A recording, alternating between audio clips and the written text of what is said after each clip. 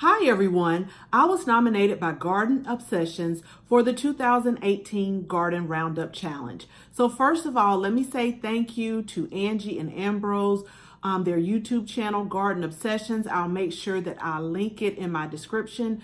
It's definitely a great channel. I enjoy all their videos and I encourage you to go and visit and subscribe as well.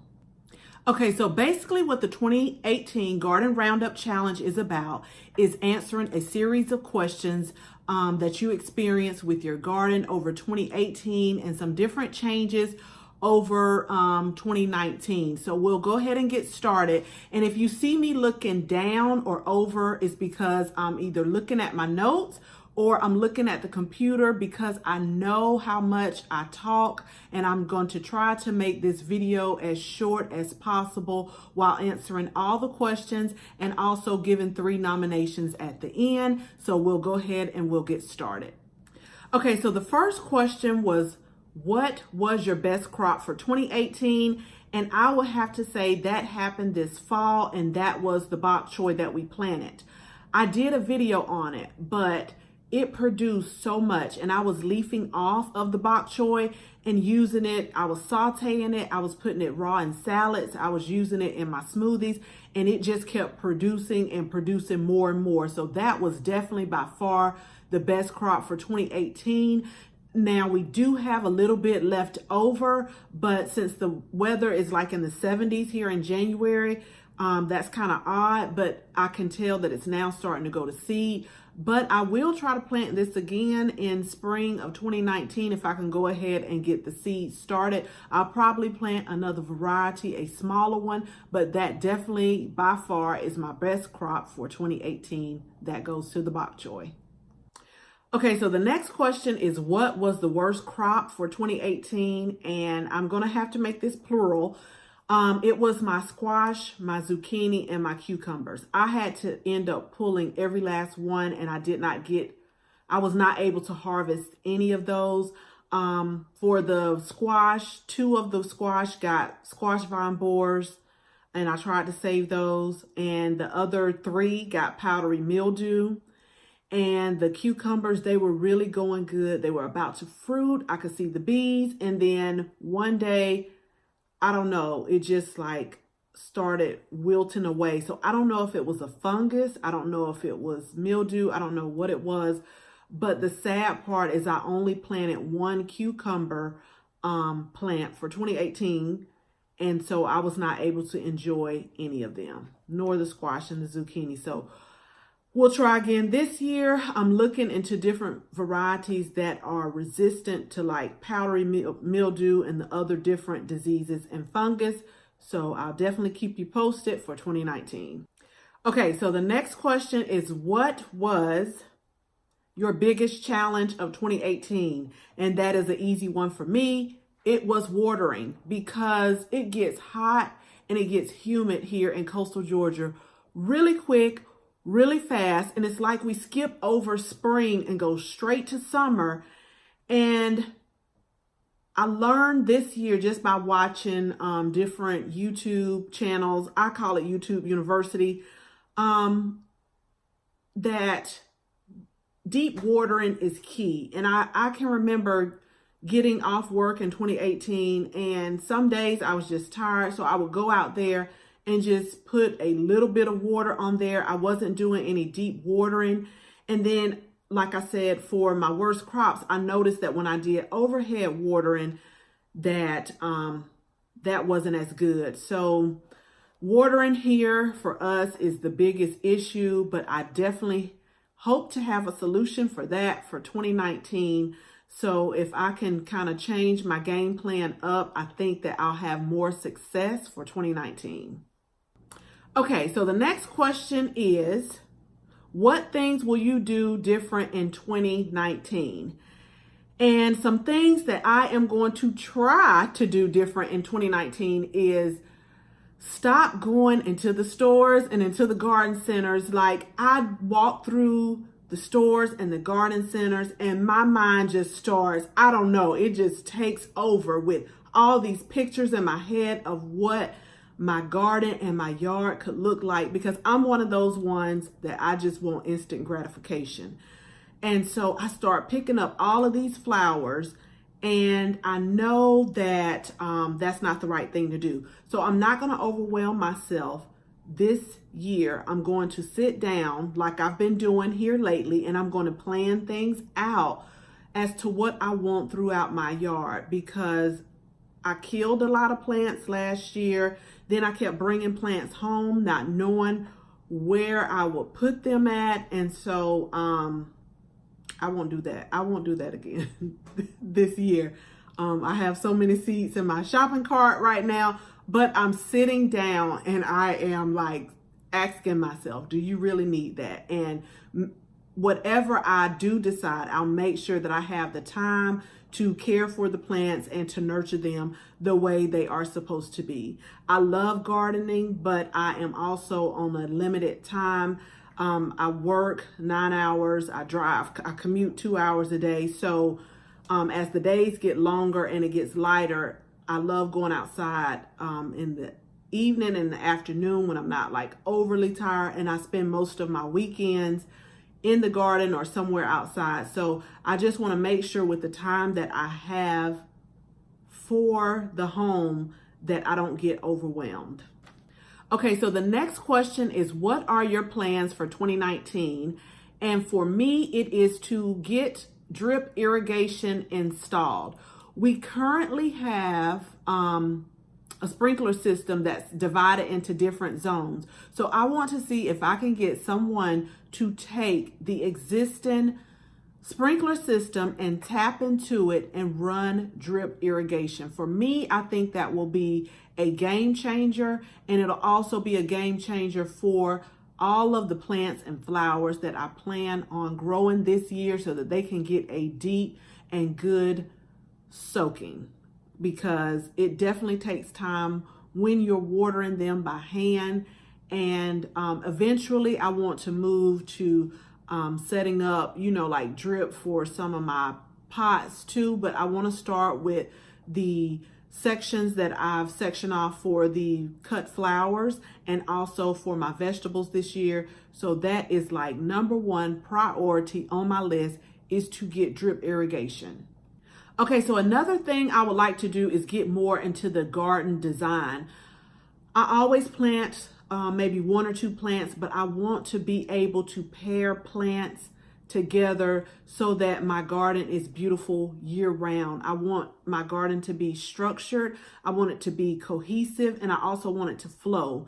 And so I want to have like different elements in an area where it just draws your eye. And so I've been looking on YouTube University. I've also been looking at Instagram and Pinterest and getting ideas, because there is some beautiful inspiration on there. And I just want to have different areas in the garden that it just all comes together, and it's just like beautiful from the time you walk in and your eye just goes around and it flows. So garden design is definitely something that I have been looking into, and I would like to get more into for 2019.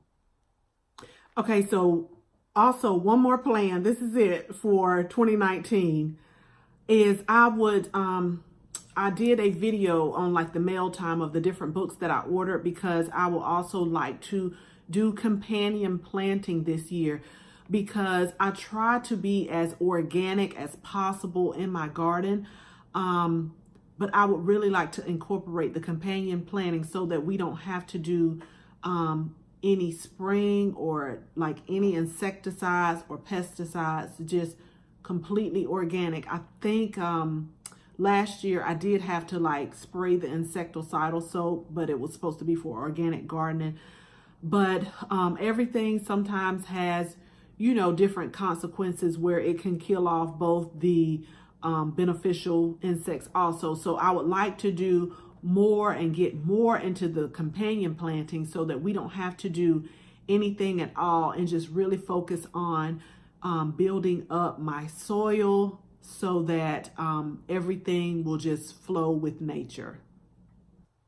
Okay, so we're almost coming to an end, and the next question is, I do try to remember this before I press record, but I don't know. Who were your inspirations in 2018? Let me just take a step back because I just want to talk about my inspiration to begin with.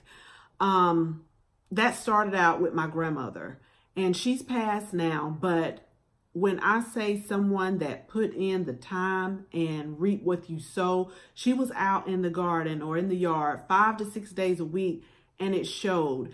And to me, I think that her yard should have been on someone's magazine cover, but you know, we're from the South and things like that just didn't happen in those days.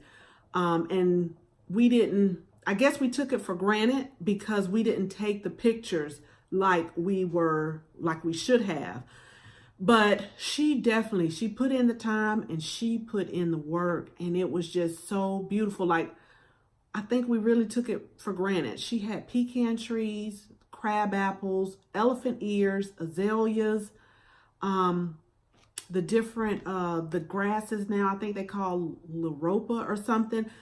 But that passed on to my mom because she would give cuttings to my mom, and you know, my mom would go put different flowers in her yard, and her yard was beautiful as well.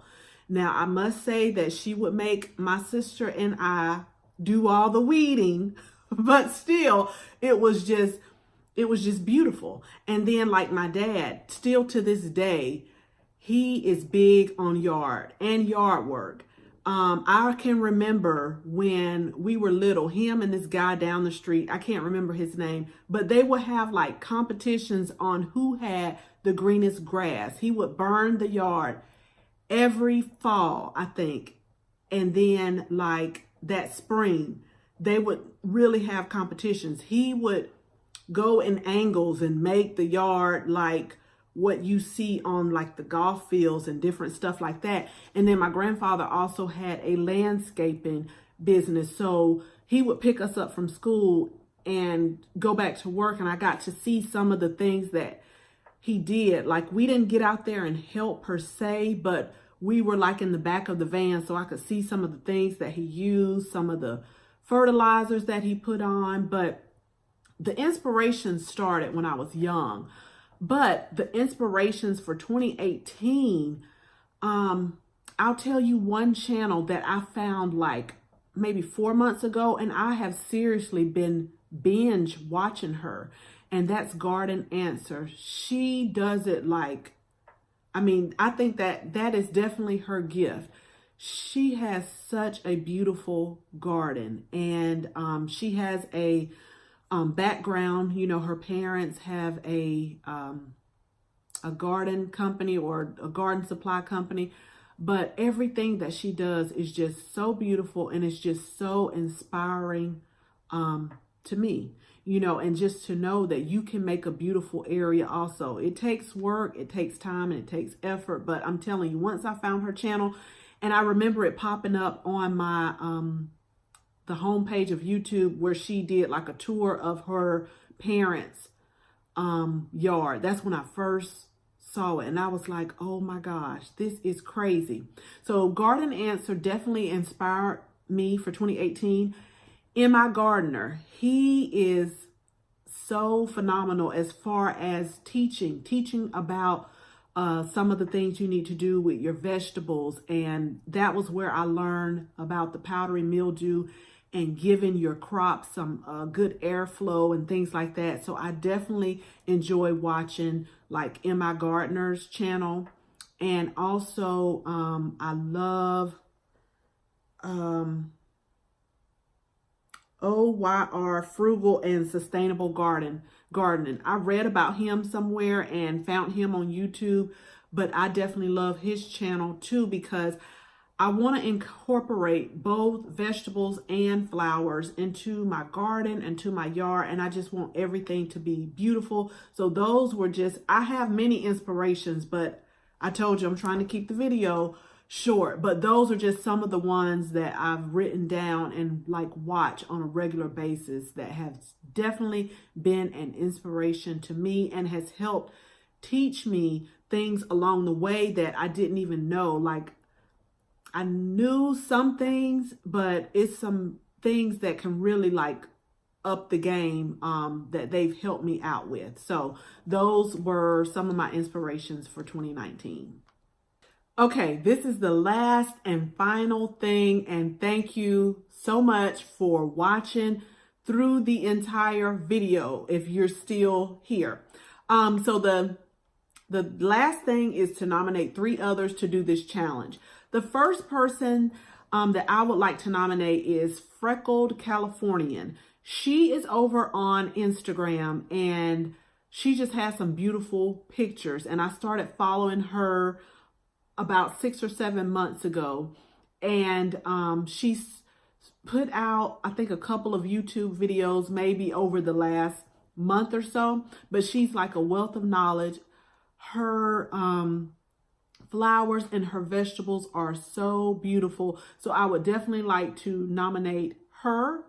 And the second person I would like to nominate for the challenge is Fresh Cut KY, which is Kentucky, Garden Cut Flower Farm and Soap Making. Now, they make a lot of soaps, but they also have a lot of inspirational videos about how to start different flowers like ranunculus and how to sow different seeds. And so they, and since I'm really trying to get into like the cut flower, I've really been watching their channel and definitely learning some things. And so I would like to nominate them as well. And my third channel I would like to nominate is the OYR Frugal and Sustainable Gardening, because he has a beautiful space with just beautiful vegetables. And I've been following his channel for a while and just really learning new things. That's what it's all about. And that's why I call it YouTube University, because I've learned so much more just by listening to them and putting some of those things in practices. Now, I do like to read a lot and learn, but it just makes it so much better when you can combine the two to create just a beautiful space around you. So I would like to nominate those 3 to do the challenge. And I have definitely enjoyed answering these questions. Again, thank you to Garden Obsessions with Angie and Ambrose. I met them via YouTube, and I just feel like we made such a great connection. And thank you again. So as always, thank you so much for watching this video, and I hope you share this video with your family and your friends. And if you're not a subscriber, we would love to have you as a subscriber. So make sure you tap the bell so that you can receive notification each and every time we upload a video. Again, thanks so much for watching, and until the next video, bye-bye.